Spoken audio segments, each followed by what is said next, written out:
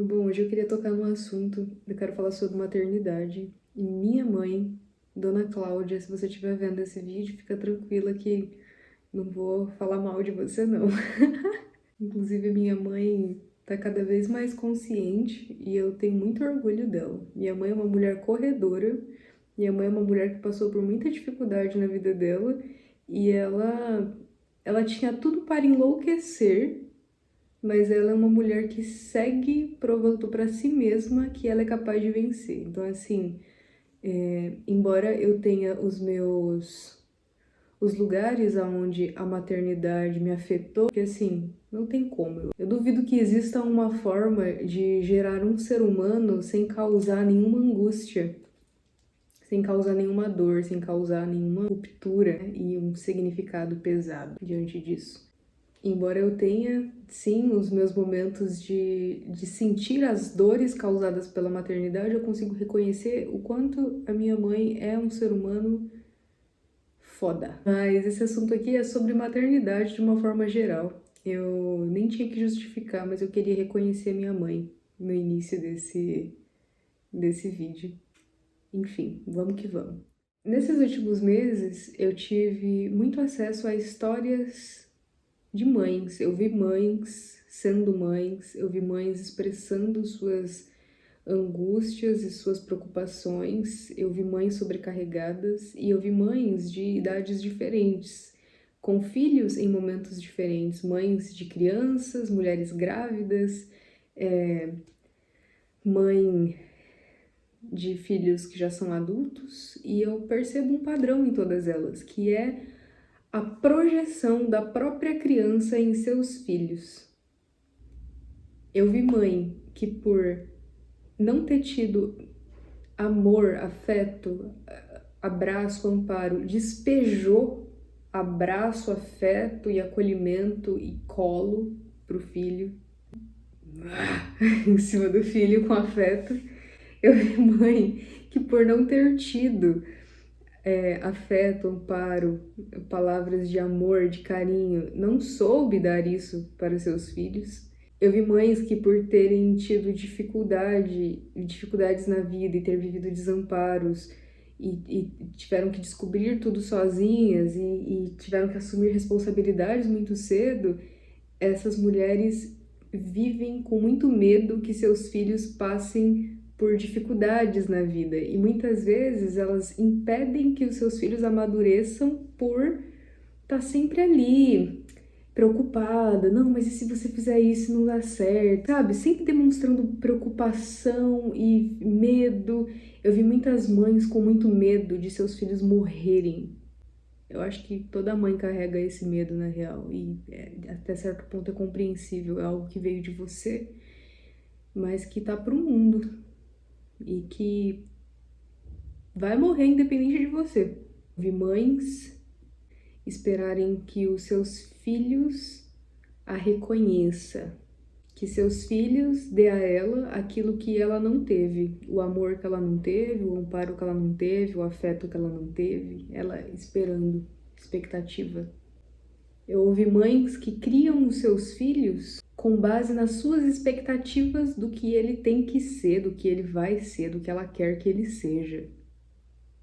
Sabe o que eu vejo em todas essas mães? Sobrecarga, medo, culpa e frustração. E eu tô dizendo isso do lugar de filha. O seu filho, ele não é seu. Eu não sou da minha mãe, eu vim dela, mas eu não sou dela. Eu acho que, embora isso que eu vou dizer seja muito óbvio, a gente escuta muito durante a vida, eu acho que as mães se esquecem, depois de passar por todo o processo de gestação, que é o seu filho é para o mundo. Você é um portal da criação para que este outro ser experimente a realidade. E ele vai experimentar a realidade da forma dele, segundo aquilo que ele vai ver e vai traduzir do que é a realidade. E daquilo que ele vai escolher absorver como bom e como necessário para a vida dele. E não o que você quer e o que você espera. A vida do seu filho, ela depende de você enquanto ele é uma criança.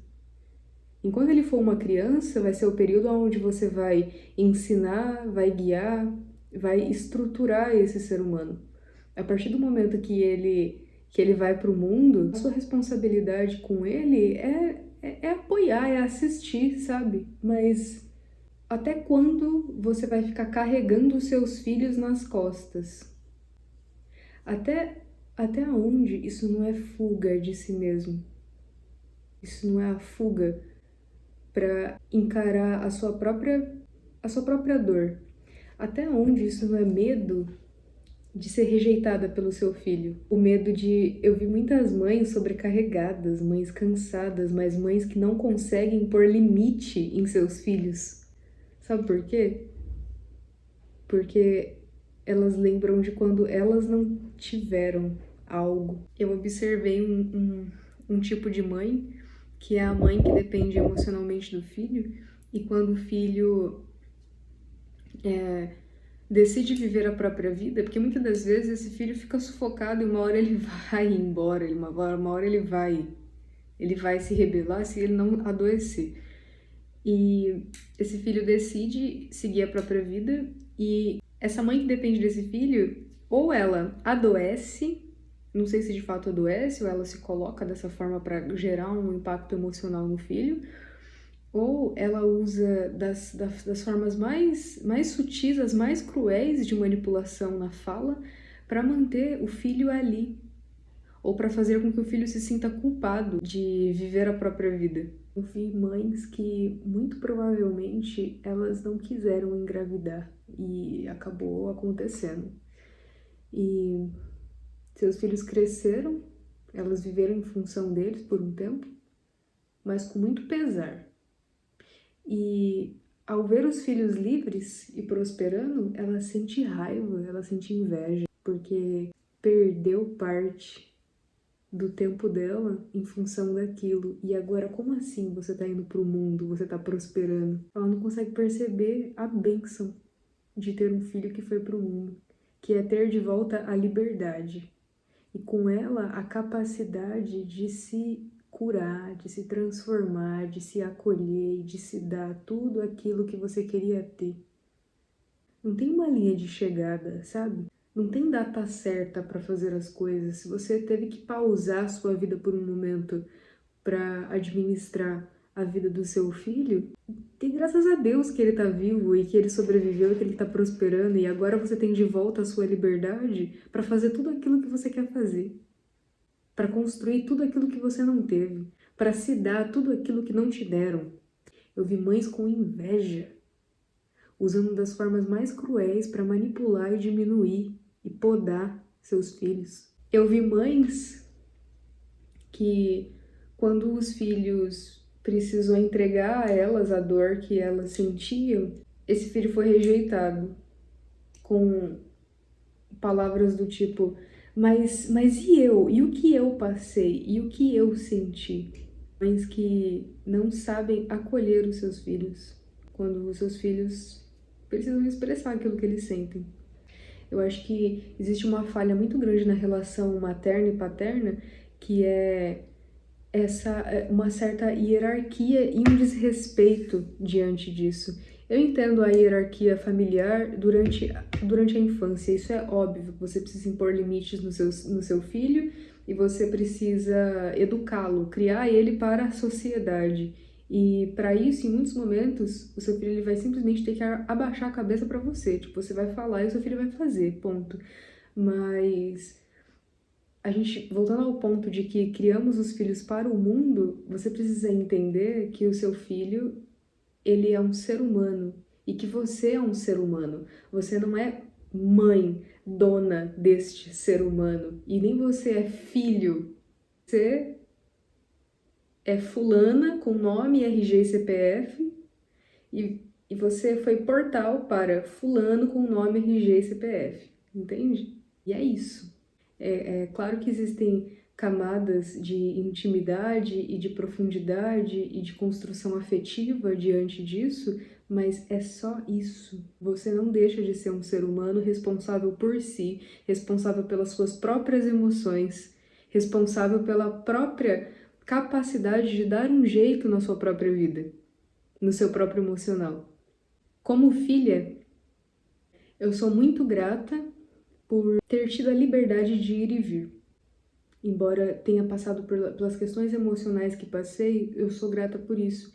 E no papel de filha, o que eu espero, eu não posso na real esperar nada, né, de outros seres humanos, mas como filho, o que eu acredito que os filhos gostariam de ter de seus pais é ser aceito como eles são, ser ouvido, ser amparado.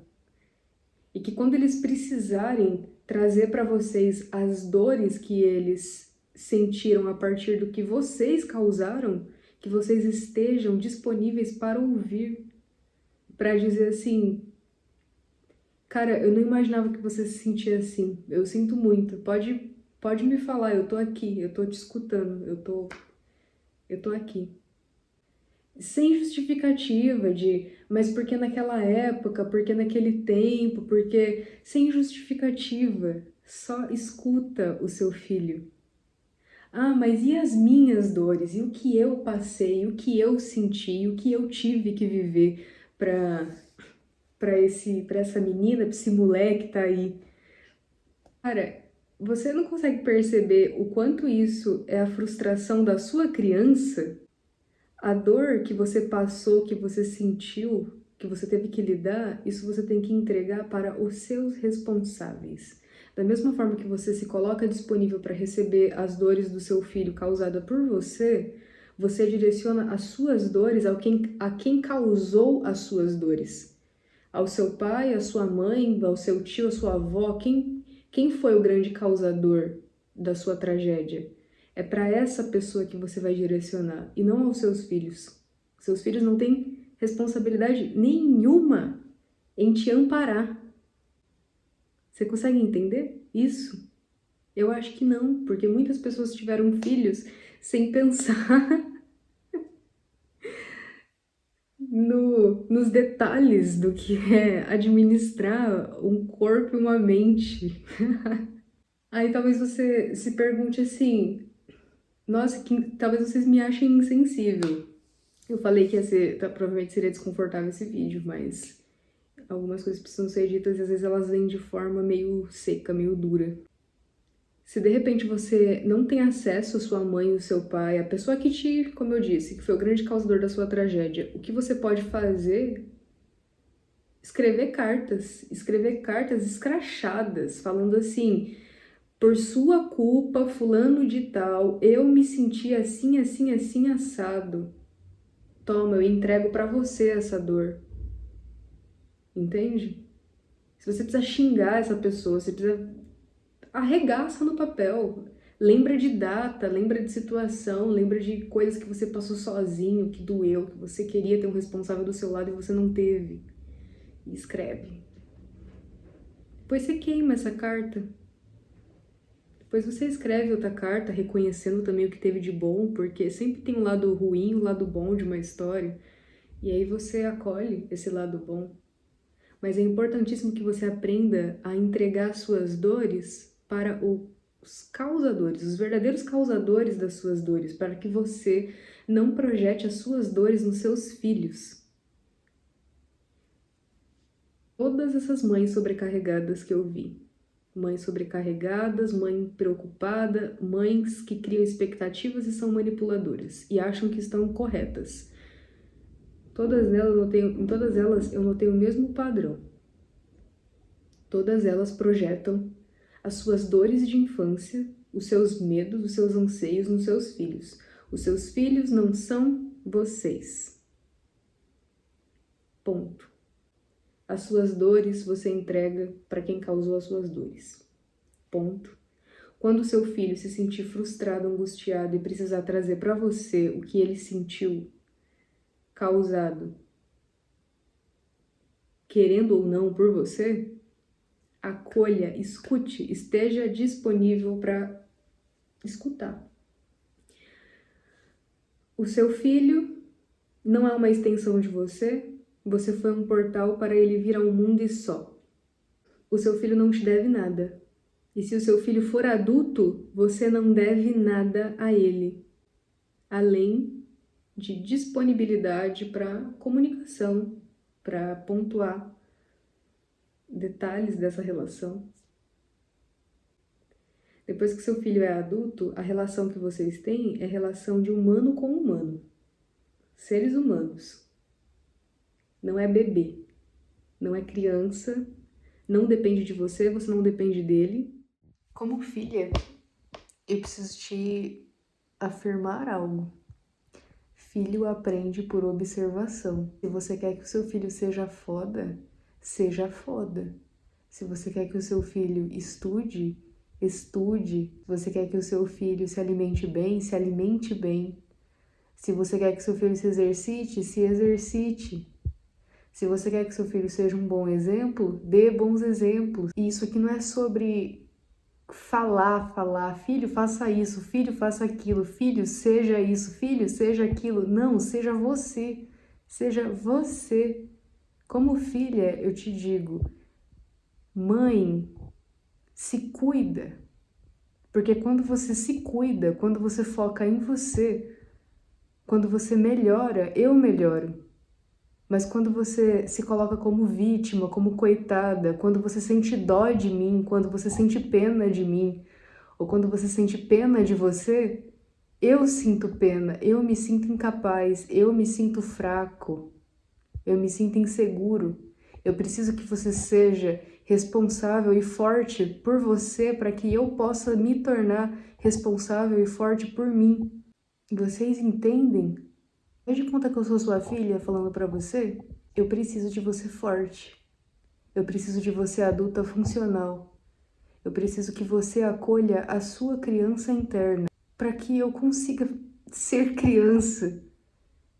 Para que eu consiga me tornar adulto, eu preciso que você cuide da sua criança.